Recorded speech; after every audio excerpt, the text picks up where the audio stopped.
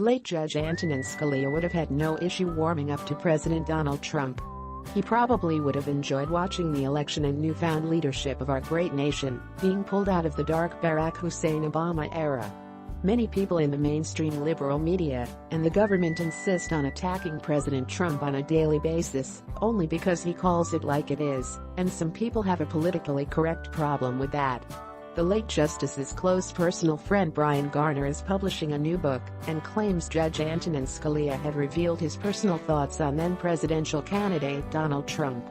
It's eye-opening and mesmerizing. Justice Scalia thought it was most refreshing to have a candidate who was pretty much unfiltered, utterly frank, honest and truthful. These are the same reasons that Americans fell in love with Trump and elected him as our president in 2016.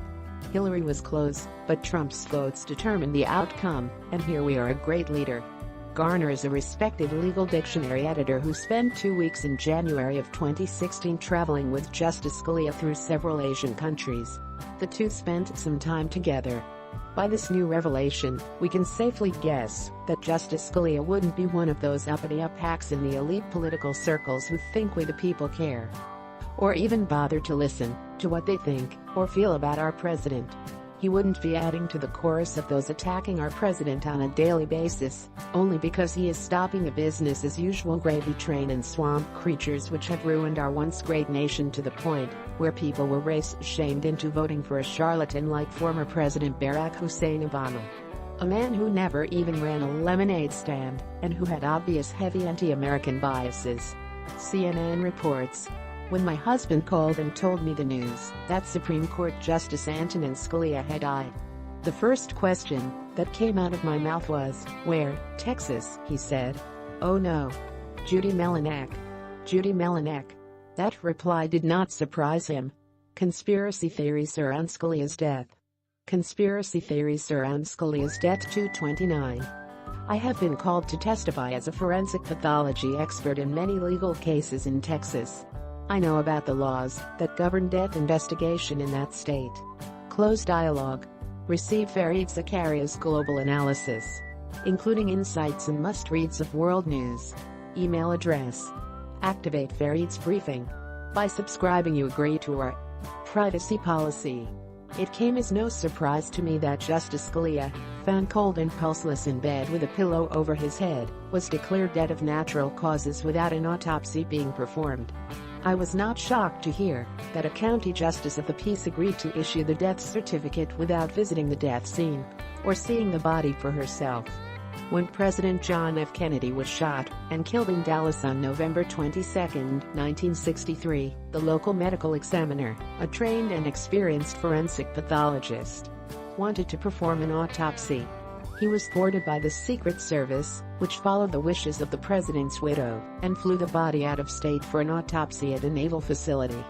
Even the Warren Commission report and foregoing congressional hearings never put to rest the speculation that still surrounds John F. Kennedy's death, and that death was indisputably a homicide.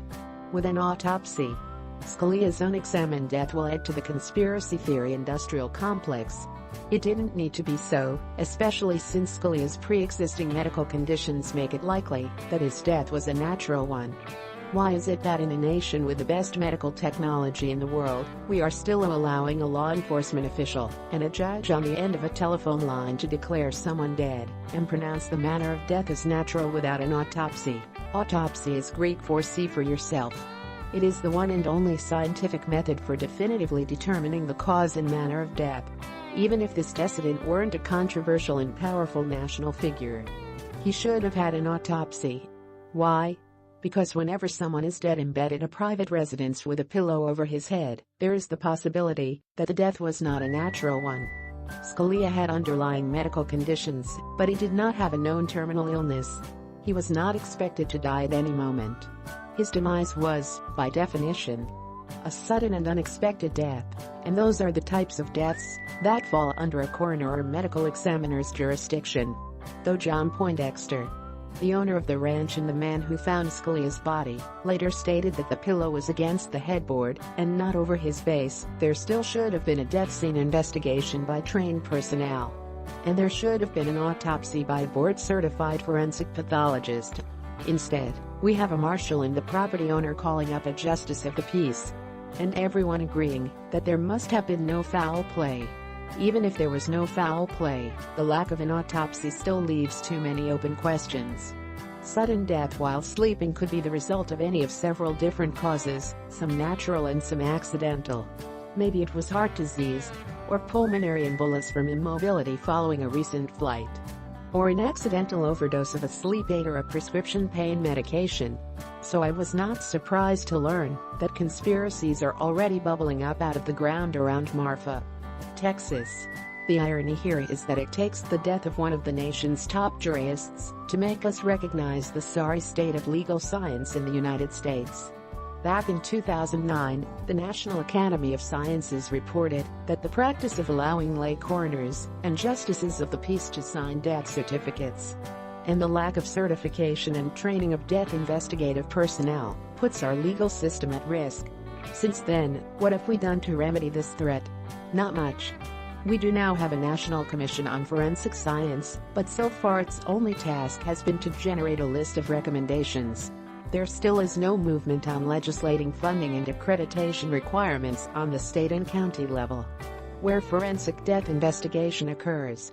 Local officials hold the purse strings, and hold them tight, unless there is bad publicity such as a high-profile murder or accidental death. The only place where we see fully funded and staffed forensics labs is in fictional shows such as NCIS, CSI and Bones. Had Scalia died in an urban center with a medical examiner's office, he would have had a thorough and complete death investigation, including an independent review of his medical records and an examination at the death scene. His body would have been brought to the morgue, and at the very least, an external examination would have been performed by a licensed forensic pathologist. Any speculation would have easily been put to rest by an autopsy. We need to change our laws so that all jurisdictions have the same guidelines for staffing, funding, accreditation and certification of personnel trained in death investigation. This is a matter of public health and justice. In 2011, Postmortem, a PBS Frontline documentary series, exposed the deficiencies in our nation's county-based system and highlighted the wide disparities in the quality of forensic death investigation depending on which side of an administrative border the dead body happens to be lying. The documentary outlined several instances of missed homicides. In it, Dr. Marcelo Fierro, one of the nation's foremost forensic pathologists, put it best. You call it death an accident or miss a homicide altogether, a murderer goes free. Lots of very bad things happen if death investigation isn't carried out competently. Anyone who followed the podcast serial or the documentary series Making of a Murderer saw that poor forensic death investigations can jeopardize factual testimony and can lead to wrongful conviction. If we don't do something about the state of forensic sciences in this country, homicides will continue to be missed, and conspiracy theories will continue to thrive whenever any prominent figure dies of natural causes in the absence of a forensic death investigation. Now that a murky, rush death certification has marred the passing of one of the very highest legal figures in the United States, shouldn't we do something about it?